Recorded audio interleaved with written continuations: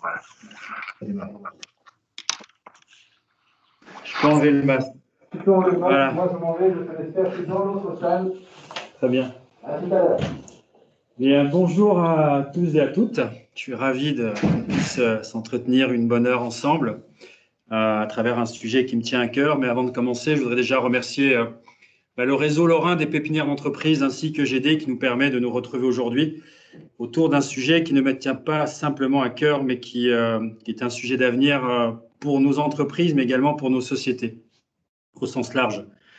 Ça va se dérouler de la manière suivante. Donc, je vais me présenter brièvement. Ensuite, on parlera du label Human pour arriver à 40-45 minutes maximum et qu'on puisse avoir le temps de poser des questions et de discuter si vous avez des questions sur le sujet. Alors, qui suis-je? Aurélien Herkel, donc je suis spinalien. Je suis parti très très tôt de France, donc il y a 23 ans maintenant, parce que je voyais déjà qu'il n'y avait pas beaucoup d'avenir pour moi en France à l'époque, n'ayant pas de diplôme. Et ça fait caisse de résonance actuellement, parce que je pense qu'aujourd'hui, lorsque je dis en conférence aux étudiants que je rencontre dans les écoles de management, les écoles de commerce, que la meilleure façon d'avoir un travail, c'est d'avoir un diplôme. Mais ce n'est pas parce qu'on n'a pas de diplôme qu'on ne peut pas réussir dans sa vie. Et c'est quelque chose que la société française et les entreprises doivent comprendre actuellement. Ce qui va faire la valeur ajoutée d'un individu, ce ne sera plus forcément que le diplôme, mais sa capacité d'adaptation et sa motivation à grandir dans l'entreprise et se mettre au service de l'institution également. Donc, je suis parti très très tôt de France. J'ai eu l'occasion de travailler dans des sociétés américaines. De par ma volonté de réussir et pareil, la capacité d'adaptation, j'ai pu accéder à des postes dans différentes entreprises en tant qu'auditeur financier, en tant que responsable anticorruption, anti-blanchiment d'argent. Et puis également en 2009, j'ai tout arrêté parce que j'avais fait un peu le tour de ce type de fonction et je me suis retrouvé à devenir humoriste. Pourquoi je dis ça? C'est que je n'ai pas à le cacher, c'est parce que je pars du constat que ce que m'a appris mes années d'apprenti humoriste, c'est que l'échec n'existe pas dans la vie, tout est expérience. Ça n'a pas marché comme je le voulais, mais c'est ce que je voudrais inculquer aussi aux jeunes qui arrivent dans les sociétés, dans les entreprises, et même, je dirais même, au-delà de la sphère professionnelle, de la sphère privée, tout est expérience dans la vie. L'échec n'existe pas. Et j'aimerais qu'on puisse remplacer ces mots-là dans les écoles aussi, bannir le mot échec. Et donc, suite à ça, mes économies étaient... il fallait que je me retrouve un job quand même. Et je suis rentré dans les institutions européennes, donc en étant manager Europe, humoriste, et puis je suis retourné intérimaire dans les institutions européennes pour redevenir contractuel. Et c'est à partir de là que j'ai créé Human, en 2016, depuis la Belgique. Pourquoi j'ai créé Human? 4 facteurs fondamentaux. Le premier, c'est qu'en 2001, j'ai un collègue qui est mort à mes côtés, 50 ans. On n'appelait pas ça le burn-out à l'époque. Et on parlera du mot burn-out pour lequel je fais très attention à l'utilisation du mot burn-out, surtout actuellement. On le met un peu à toutes les sauces. C'est-à-dire qu'à 50 ans, 50-51 ans, mon collègue est mort à mes côtés. Et beaucoup de pression, beaucoup de travail. Et je me suis rappelé que lorsque j'allais à l'école, mes professeurs me disaient « Aurélien, tu vas travailler dur, tu vas fonder une famille, tu vas avoir des enfants, tu vas construire une maison ». Mais en fait, lors de mes études, personne ne m'a jamais dit qu'on pouvait souffrir et encore moins mourir au travail. Et c'est un concept que je n'arrive pas encore à comprendre. Pour moi, l'entreprise, en tout cas le travail, est un lieu où on puisse s'épanouir. C'est un lieu où on doit s'épanouir. Apporter notre valeur ajoutée à l'institution, en même temps, c'est à l'institution de nous faire grandir également à partir du moment où on le désire. Donc, c'est pour cela que j'ai décidé je me suis posé la question, voilà, j'accepte les personnes. Bonjour aux nouveaux arrivants. C'est là que je me suis dit, Aurélien, c'est pas normal qu'on puisse mourir au travail, donc 2001. Deuxième facteur qui m'a permis de créer Human, c'est 2007-2008, la crise des subprimes. Et là, je me suis dit, autant j'adore les États-Unis pour y avoir passé beaucoup de temps, autant je ne les adule pas. Et donc 2007-2008, je me suis aperçu d'un point de vue géopolitique que l'Europe était beaucoup trop dépendante des États-Unis. On n'a plus de superstructure européenne qui puisse concurrencer la Chine et les États-Unis, encore moins sur l'intelligence artificielle, on pourra en revenir tout à l'heure. 2012-2013, j'ai commencé à m'intéresser à tout ce qui est souffrance au travail. Et encore une fois, on avait beaucoup de statistiques. Et là, je me suis aperçu que finalement, je rajoute encore une personne. Bonjour. Bonjour. Je me suis aperçu que 2012-2013, les statistiques arrivent et on a encore des labels américains qui inondent le marché des entreprises. J'ai commencé à les étudier, alors je ne parlerai pas d'eux aujourd'hui, mais je me suis dit qu'il fallait fonctionner différemment avec nos valeurs européennes. Et je vais vous poser une question. À votre avis, c'est le dernier facteur pour lequel j'ai créé Human. Quel est le dernier projet fédérateur et visionnaire qui n'est encore remis en cause par aucun État membre européen et qui fonctionne encore? Il n'y en a qu'un. Et il date de 34 ans. C'est Erasmus. Et en fait, depuis 34 ans, l'Europe n'a pas proposé de projet fédérateur et visionnaire aux citoyens européens. Donc, il est temps, maintenant, je me suis intéressé au niveau des pratiques de management. Je me suis dit, il faut créer un label européen d'humanisation du travail, mais sans rentrer dans le mode cosmétique et bisounours, on est bien d'accord, parce que je pense que l'objectif premier d'une entreprise privée, et c'est pour ça qu'on est là aujourd'hui, c'est de créer de la richesse. Je dis toujours, une entreprise privée, c'est comme une voiture. Si on ne met pas d'essence, elle n'avance pas. Donc la première chose, c'est, et on le voit maintenant actuellement, je pense que vous êtes à même de... Vous avez certainement entendu ce qui se passe chez Danone. J'ai rencontré des responsables du gouvernement dernièrement en leur disant, faites attention, le message que vous donnez, entreprise à mission, c'est un leurre. Une entreprise, la première chose privée, c'est qu'elle a des actionnaires, elle a des investisseurs, et il faut grandir économiquement parlant. Maintenant, je pense que l'avenir du libéralisme, c'est l'humanisme. Je pense qu'on peut créer beaucoup plus de richesses en étant humain, en ayant des bonnes pratiques de management à l'interne, mais sans rentrer dans le monde du cosmétique. Parce qu'actuellement, pour en avoir discuté avec certains d'entre vous et d'autres personnes, on se concentre toujours sur le management. Or, je pense, et c'est pour ça que je vais dans les écoles actuellement, qu'on doit remettre la valeur travail dans les entreprises. C'est-à-dire que là, on va arriver dans une période post-Covid qu'il faut préparer maintenant. Je vous le dis honnêtement, c'est-à-dire qu'il ne faut pas attendre que la situation économique s'améliore. C'est en période de crise qu'on prépare la paix et la croissance. Donc, c'est maintenant qu'il faut parler de l'humain en entreprise et pas d'une manière cosmétique. Je me suis dit, il faut créer un label européen avec des pratiques de management concrètes, mesurables, identifiables et auditées pour les entreprises, pour les à communiquer en termes de croissance dès 2022. Alors, ça s'applique aux grandes entreprises, aux administrations, aux PME, et pas encore aux TPE. Ce que j'appelle TPE, pour moi, ce sont les entreprises entre 1 et 20 personnes, parce que je pars du constat que si on a déjà des problèmes de relations humaines entre 1 et 20 personnes, je ne vois pas l'entreprise grandir sur le long terme. Donc, pourquoi j'ai créé Human? Je vous dis ces 4 principes-là. Au niveau des pratiques de management, alors, je ne sais pas si... est-ce que vous voyez la présentation derrière moi? Non. Oui? Non, non, nous non Vous ne la plus. voyez pas. Alors, attendez. Est-ce que là, vous la voyez? Toujours pas. Toujours pas, non. Toujours pas. Ah bon, il n'y a peut-être pas un partage d'écran, alors. Je demanderai à David. Sinon, on va continuer comme ça. Attends, Donc, j'arrive Aurélien, je fais la route, je viens jusqu'à toi. d'accord. En scooter. Ouais.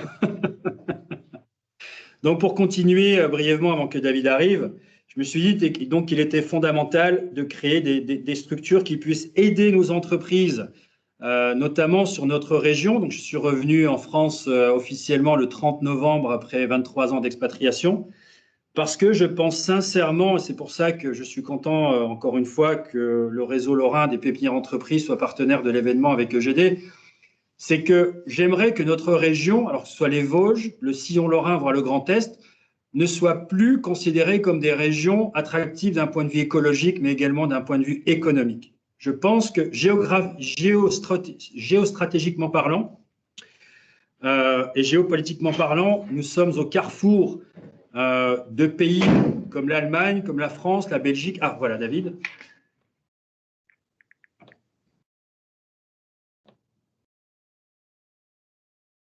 Voilà. Ouais, c'était tout simple. Le digital au service de l'humain, vous voyez, c'est l'avenir.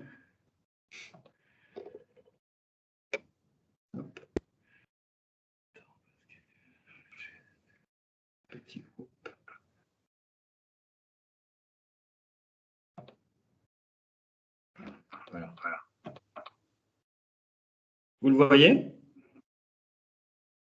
Oui. Ah bah voilà. Super. Bon. Oui, c'est super. Voilà.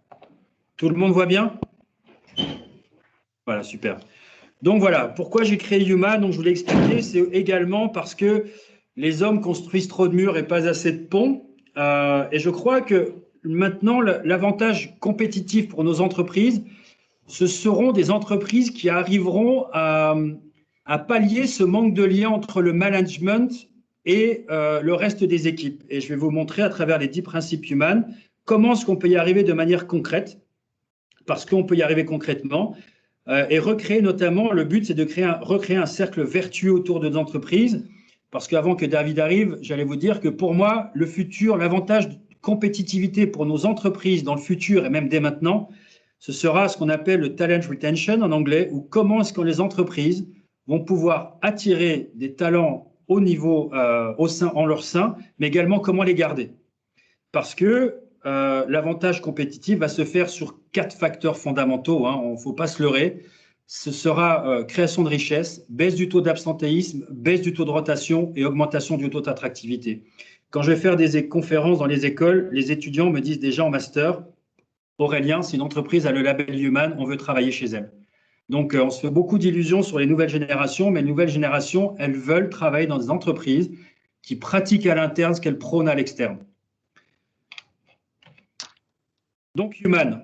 Alors, comme je dis, établir des ponts entre le management, les salariés et les actionnaires. Pourquoi? Alors ça, ce sont des chiffres, je vais vous dire, vous pouvez regarder, hein, mais ce sont des chiffres qui datent de 2014-2015, lorsque j'ai créé Human en 2016. Et j'ai sciemment laissé ces chiffres-là, je n'ai pas voulu les changer, parce que si je devais changer ma présentation à chaque fois qu'il y avait des nouveaux éléments, je la changerais toutes les semaines parce que maintenant, on a des statistiques qui sortent toutes les semaines sur le burn-out, les maladies liées au stress. Alors, comme je disais tout à l'heure, pour le burn-out, je fais très attention parce que pour moi, en tout cas dans la philosophie Human, le burn-out, en tout cas, le travail est un facteur aggravant et pas forcément déclencheur, sauf dans des cas très précis. J'ai été, alors je ne suis pas victime, ou j'ai subi, ou je ne sais pas comment dire, du harcèlement 2 fois dans ma vie. J'ai un collègue qui est mort à mes côtés. Je sais ce que c'est du management déviant. Mais dans la majeure partie des cas, lorsqu'on regarde un peu ce qui se passe, j'ai eu les cas de collègues, je ne vais pas vous donner l'institution dans lesquelles j'ai travaillé, les entreprises, mais où le manager demandait d'envoyer 2 mails et la personne se mettait en burn-out pendant 2 semaines. Donc, je crois qu'il faut être très précautionneux sur le terme burn-out. Mais ce que je voudrais que vous reteniez, c'est le chiffre qui est sorti en 2018, le chiffre lié à l'absentéisme en France, le coût de l'absentéisme en France en coût direct, indirect en 2018. En fait, c'est ce chiffre-là qu'il faut garder en tête, c'est 108 milliards d'euros. Et donc, je me suis dit, mais comment est-ce qu'on peut réduire ce chiffre-là? Et je pense qu'on peut le réduire avec des bonnes pratiques de management qu'on peut identifier, mesurer et auditer. Alors, pourquoi est-ce qu'on quitte son entreprise? Alors, il y a différents facteurs, hein, ils sont liés, mais ils ne sont pas dans l'ordre d'idée, et je pense que vous le savez déjà. Ce sont les carences managériales, les faibles perspectives d'évolution, de meilleures opportunités ailleurs, le manque de reconnaissance, mais ça, vous le savez certainement, charge de travail excessive. Alors, encore une fois, pour moi, ça a trait à l'individu. Hein. Lorsque j'étais auditeur financier, je travaillais beaucoup plus qu'après dans les institutions européennes. Mais voilà, je crois que c'est générationnel, puis ça a trait à l'individu. Une mauvaise ambiance de travail, alors ce n'est pas toujours, comme on dit toujours, la faute du management. Hein. C'est aussi entre collègues, il peut y avoir des problèmes. Et puis l'autre, déséquilibre. Alors, on parle beaucoup de déséquilibre entre travail et vie privée, mais je crois que c'est aussi être à l'individu, la place qu'on met au travail dans sa vie ou la place qu'on met dans sa vie privée. Je crois que c'est individuel, on ne peut pas vraiment en faire une généralité, mais c'est un facteur à prendre en considération.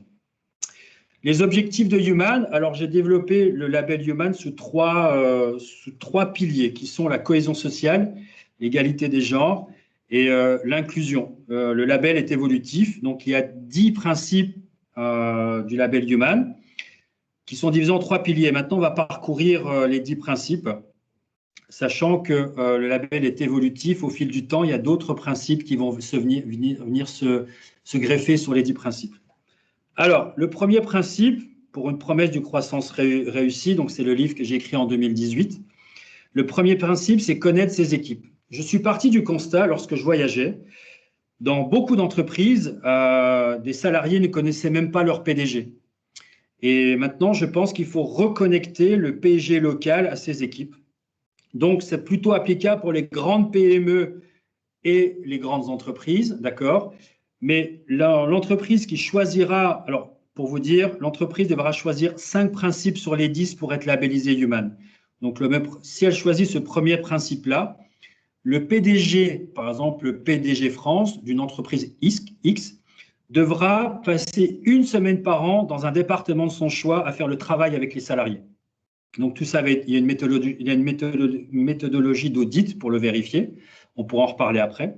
Mais je pense qu'il est fondamental maintenant, on a un système qui a été créé par une entreprise qui s'appelle Adecco, qui est le CEO du mois. Donc là, il y a un concours qui se passe pour aller travailler avec le CEO. Je pense que maintenant, c'est le PDG qui doit descendre et aller voir et recréer du lien avec ses équipes. Parce que ce que je veux montrer par là, c'est toujours un système d'équilibre. On a beaucoup de défiance vis-à-vis du bas vers le haut, mais quelque part, c'est pas évident d'être PDG aussi. Et derrière chaque PDG ou chaque directrice aussi d'entreprise, il y a un être humain. Je pense que c'est l'être humain qu'il faut reconnecter à ça et travailler ensemble. Parce que ce que je me suis aperçu aussi à travers des entreprises, c'est qu'il y a certaines souffrances ou certains mal-être dans les équipes, mais ils ne sont pas forcément répertoriés, ils sont forcément reportés au top management. Ils restent au niveau du middle management. Et le top management a des fois des directives, des cadences pour atteindre les objectifs, mais ils ne sont pas toujours au courant de ce qui se passe en bas à travers des capacités humaines ou des problèmes de logistique ou des problèmes de machines. Et quelque part, c'est bien d'aller voir ce qui se passe en bas pour reconnecter et créer du lien. Le deuxième principe Human, c'est la performance humaine.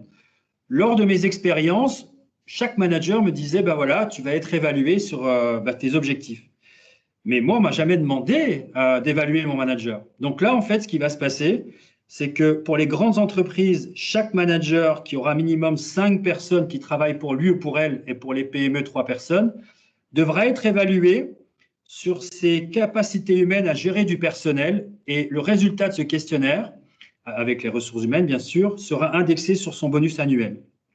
Je pars du constat que chaque manager doit être capable d'être évalué chaque année sur ses capacités à gérer du personnel.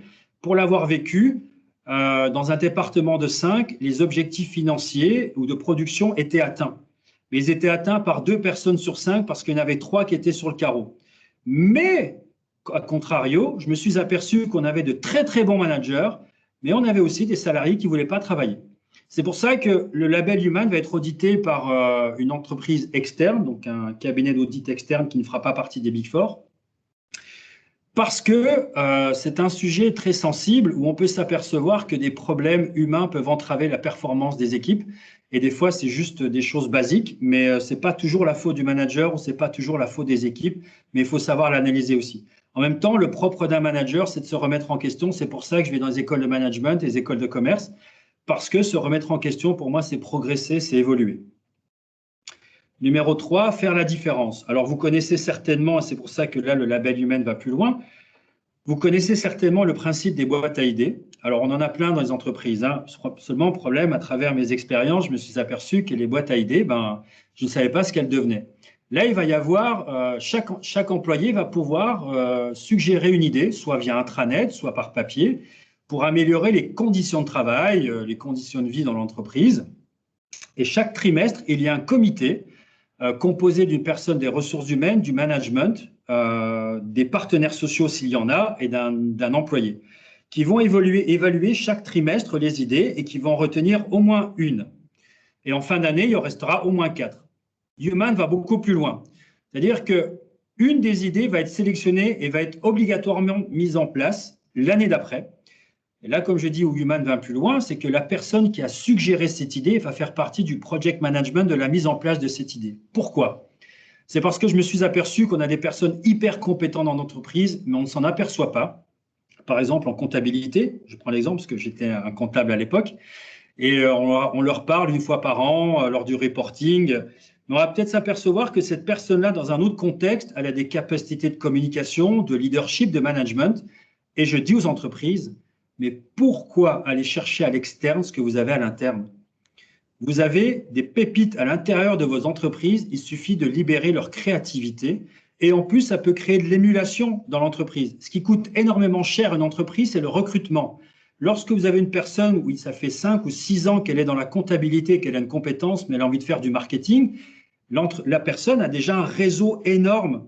Il suffit de la former et qu'elle fasse du marketing. Et comme ça, on la garde le plus longtemps possible dans l'entreprise. Et j'ai dit aux entreprises, encore une fois, pourquoi aller chercher à l'externe ce que vous avez à l'interne? C'est ça le troisième principe humain. Quatrième principe, grandir ensemble. Il doit y avoir un retour sur investissement sur les formations que l'entreprise donne aux salariés.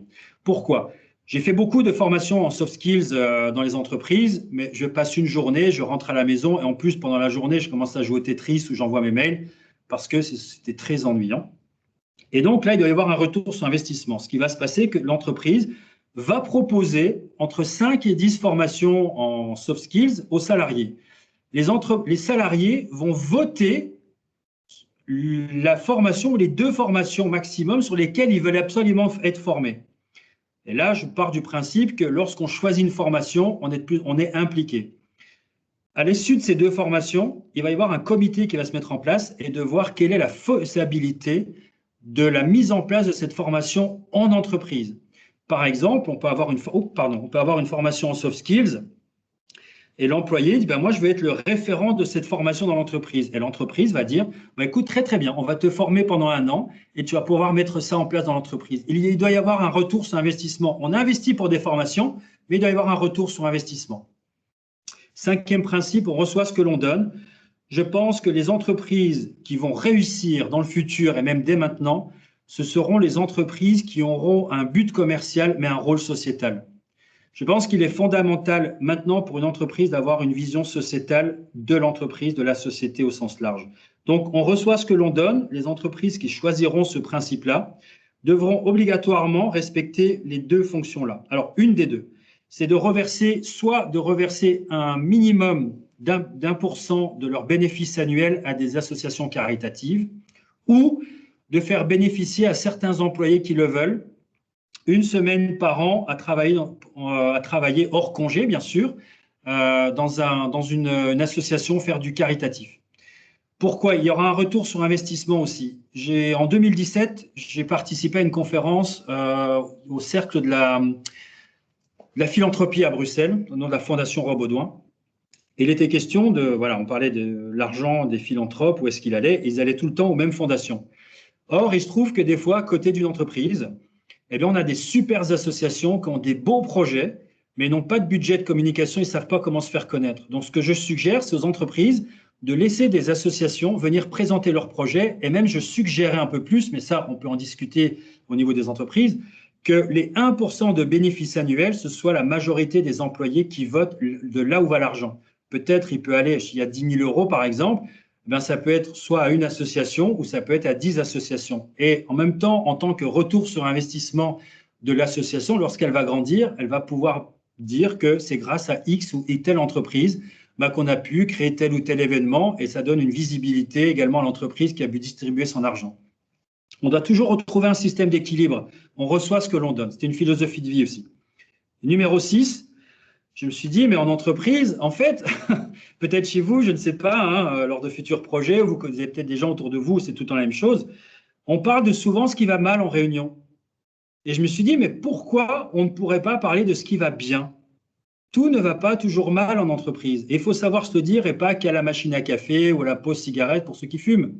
Donc là, les entreprises qui choisiront ce principe devront mettre en place, 1 fois par trimestre, une réunion par département où on va discuter de ce qui va bien. Alors au départ, je peux vous garantir que ça va durer 10 minutes, on va tourner en rond. Mais au fur et à mesure, les personnes vont se concentrer, vont faire beaucoup plus attention à ce qui va bien et vont même créer des choses pour que ça aille bien. Et je pense qu'on peut rentrer dans un cercle vertueux et améliorer les conditions de travail et surtout les relations au travail lorsqu'on se rend compte qu'il y a des choses qui vont bien en entreprise et dans notre département aussi, au lieu de toujours se concentrer sur ce qui va mal. Donc là, c'était la fin du premier pilier, la cohésion sociale. Là, on rentre dans la parité des genres, qui est le 2e pilier, le premier principe du 2e pilier. La parité compte. on a la loi Copé-Zimmermann qui stipule que pour les entreprises du CAC 40, il y ait 40% de sexe opposé dans les conseils d'administration. Le label Human propose 20%. Pourquoi il est en dessous de la loi? C'est parce qu'on s'aperçoit que, déjà, pour vous dire, au niveau du CAC 40, on n'a plus de femmes dans les conseils d'administration, dans les PDG en France.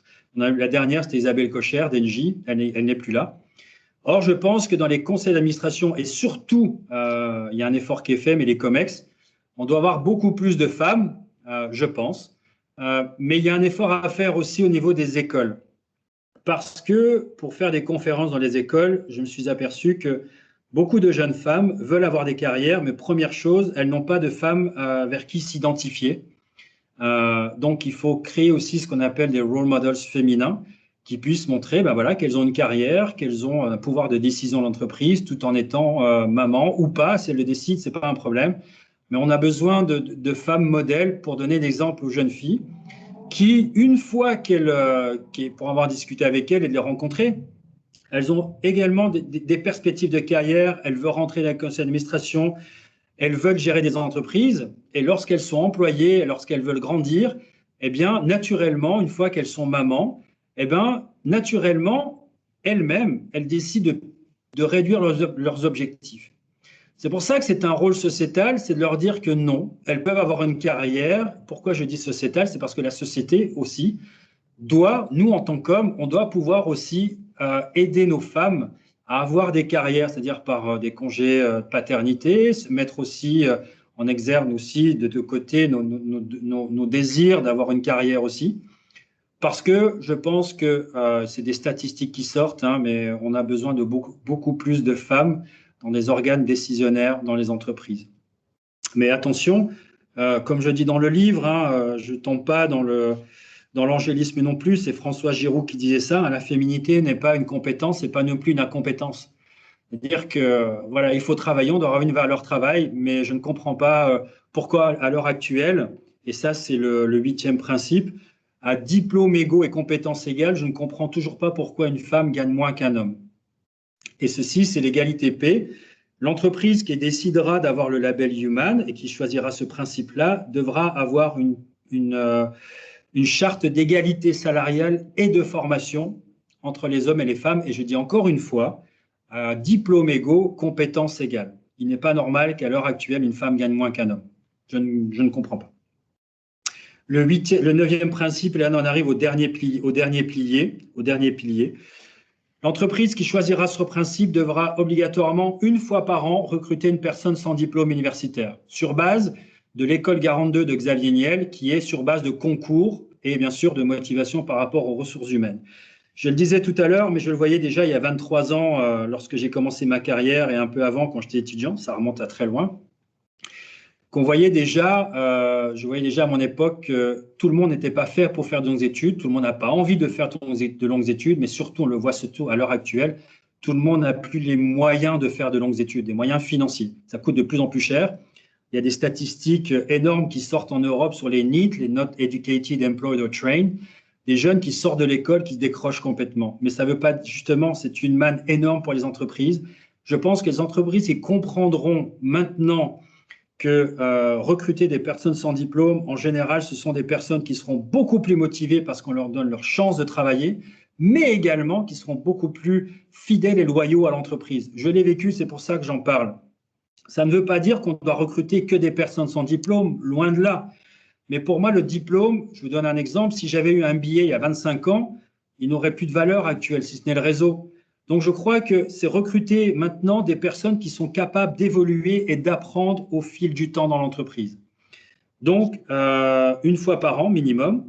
Et le numéro 10, il est lié au numéro 9, investir dans l'humain, c'est-à-dire que la personne sans diplôme qu'on va recruter, encore une fois, sur base de concours et des ressources humaines, l'entreprise va devoir développer un plan de 3 à 5 ans pour développer les compétences et les capacités de la personne à grandir dans l'entreprise. Ce que je veux éviter, c'est qu'une entreprise puisse recruter quelqu'un pour faire le ménage, hein, je schématise, pour avoir le label Human. Non, si vous recrutez une personne, à ce moment-là, cette personne, vous allez la faire grandir dans l'entreprise. Et en même temps, encore une fois, hein, je pense aussi communication aussi pour l'entreprise. ça peut être un vecteur énorme d'attractivité, peut dire venez chez nous, on va vous faire grandir et regardez, on a telle ou telle personne, elle est rentrée sans diplôme et regardez maintenant, elle est manager ou alors elle est X ou Y au niveau local, au niveau territorial, au niveau européen.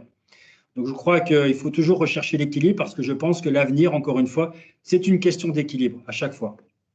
Donc ça, ce sont les 10 principes du label Human.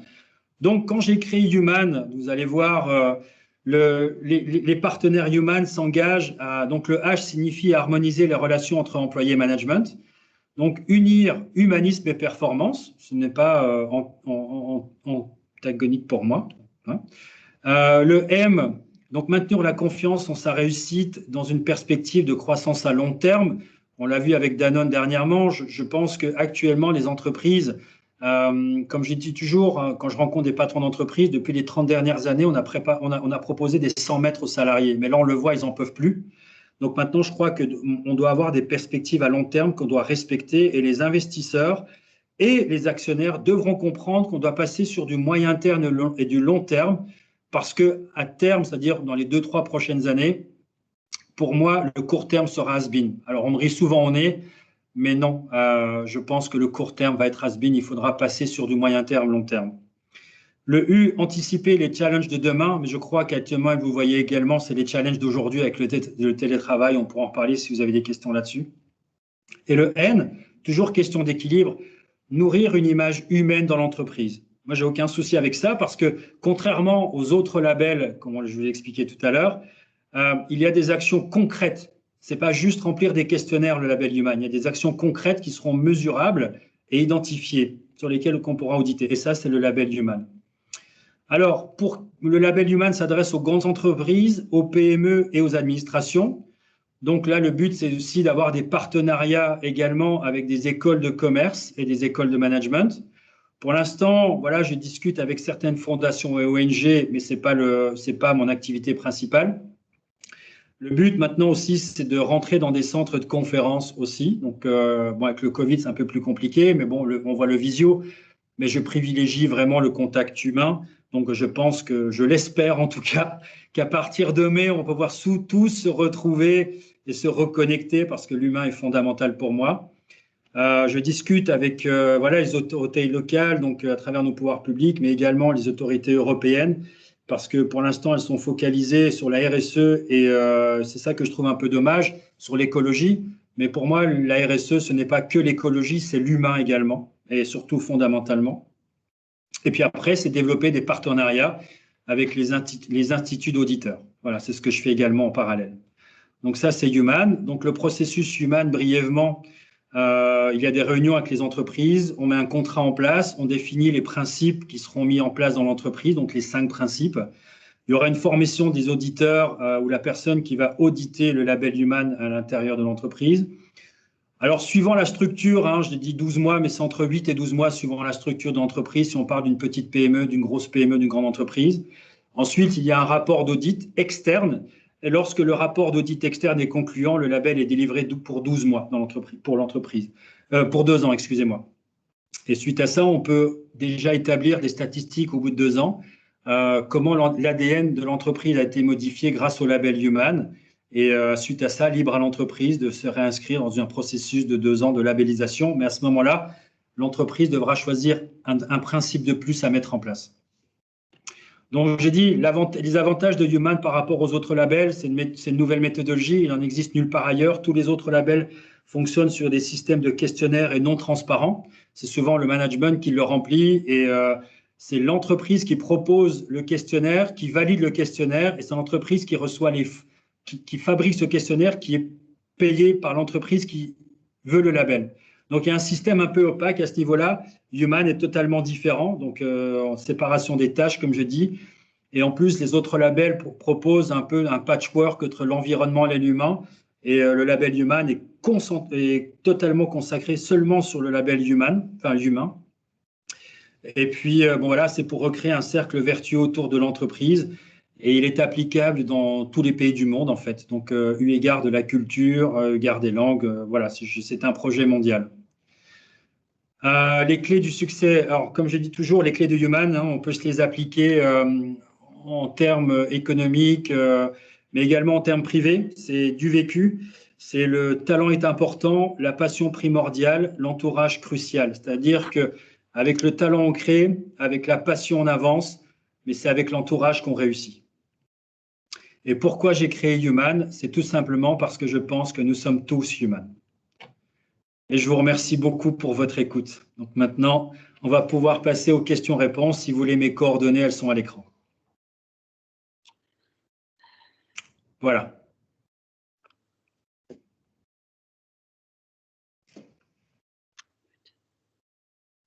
Je vous écoute. Je vais revenir jusqu'à toi. Si Oui. vous avez des questions, vous pouvez intervenir maintenant. On va sinon, comment dire, je vois qu'il y en a déjà qui sont partis. Il y a une personne qui est partie. OK. Voilà.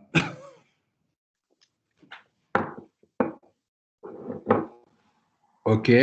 Bon, apparemment, tu auras été très clair, Aurélien.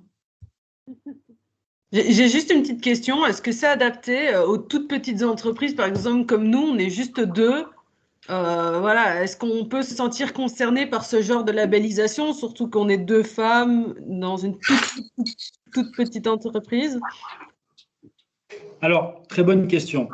J'ai créé ce qu'on appelle un logo qui s'appelle We Support Human pour les entreprises qui sont de 1 à 20 personnes. Et en fait, c'est un coût annuel qui permet à la structure, par exemple de 2 personnes, d'inclure ce logo-là sur leur site internet et tout leur support de communication. C'est-à-dire que lorsque vous allez potentiellement démarcher de nouveaux clients, vous pouvez déjà apposer ce logo-là en disant nous soutenons la structure Human, mais moi, à travers l'émancipation et la croissance du label Human, je parle de votre entreprise aussi. Et je me dis que peut-être quand vous serez amené à vous développer, on pourra mettre en place le label Human au sein de votre structure. C'est-à-dire qu'il n'y aura pas d'audit pour votre structure, mais vous pouvez déjà acter certains principes si vous le voulez. Ok, merci. Je t'en prie.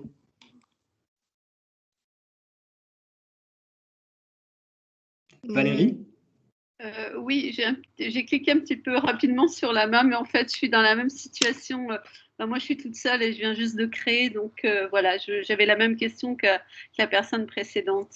Et je trouve ça très intéressant. C'est ça. J'ai pensé au TPE parce que je voudrais aussi participer à la croissance. C'est-à-dire que lorsqu'une TPE prend le logo Human sur son site, moi, je vous le dis à travers, je travaille avec beaucoup d'entreprises maintenant.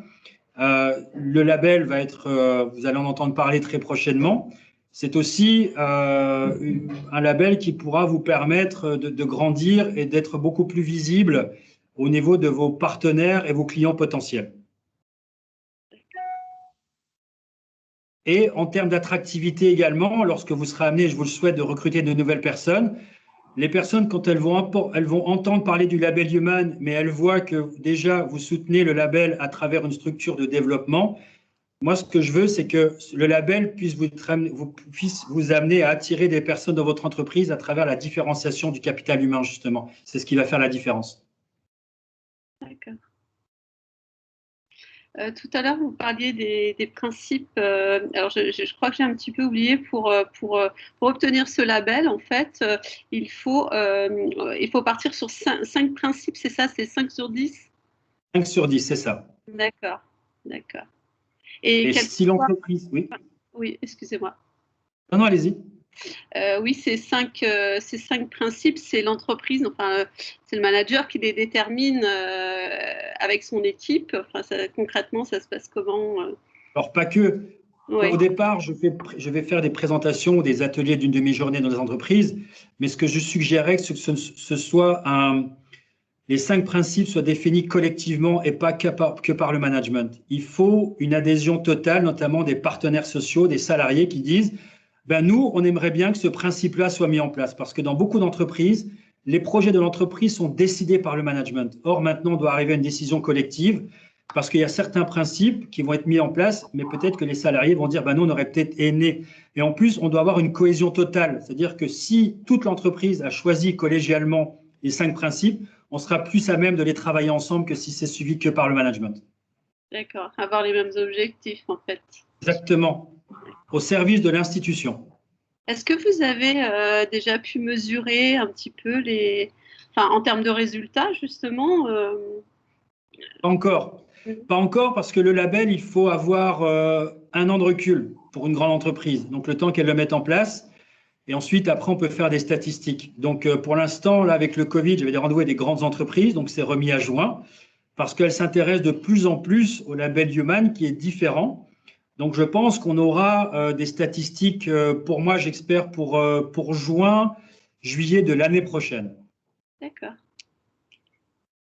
Il faut laisser le temps au temps. Si on veut définir une stratégie à long terme, il faut laisser les entreprises le temps de mettre en place les choses.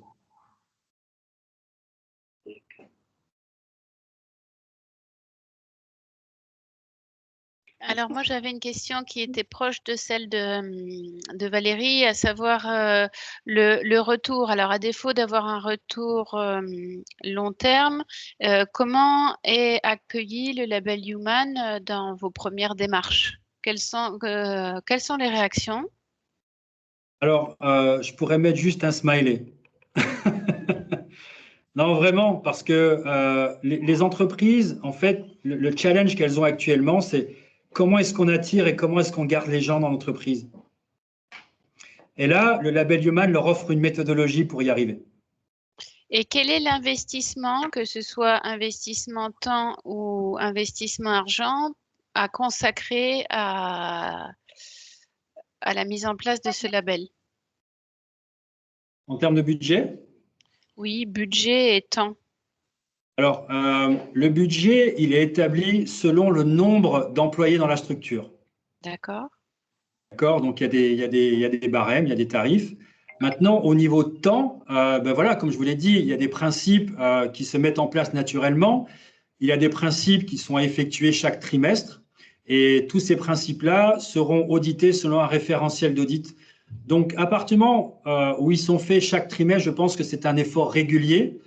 C'est une discipline si on veut reformer un ADN en entreprise. Moi, j'établis ça, il n'y a pas beaucoup de temps à consacrer au principe parce que ce qui me semble, c'est plutôt le contact humain. C'est la relation humaine, donc il n'y a pas beaucoup de temps, mais c'est l'intensité de l'effort qui va compter. Et Je n'ai pour pas avoir... voulu, si je me permets, je n'ai pas voulu rentrer dans une démarche ISO, par exemple, qui est fastidieuse, où il y a tellement de documents à remplir, c'est beaucoup plus simple avec Human. Et pour, sans rentrer dans la confidentialité de votre barème tarifaire, mais c'est juste pour avoir une notion d'idée sur une typologie d'entreprise, une taille. Je crois qu'on peut en parler en privé, mais parce que ça dépend aussi, donc comme je dis, du nombre de salariés. Et le tarif, il est basé sur 2 années. Donc, entre la signature de contrat et la labellisation. Donc, voilà, je peux en parler en privé, mais voilà, je pense que c'est plutôt, comme vous dites, une information que je préfère pas dévoiler parce que je le présente ça lorsqu'une entreprise m'appelle. Donc, voilà, les tarifs restent, mais ça reste très abordable.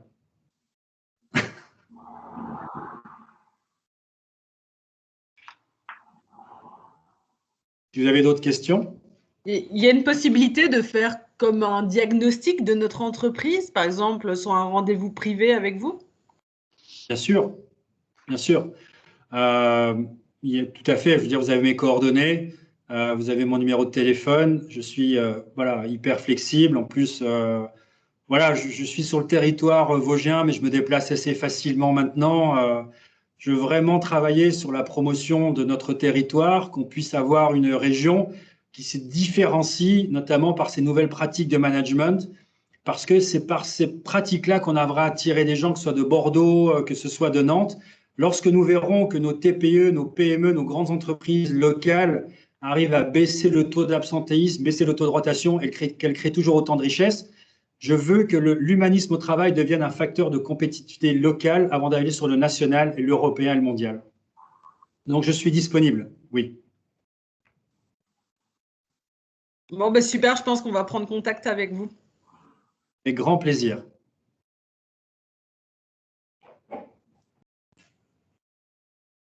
Si vous avez d'autres questions.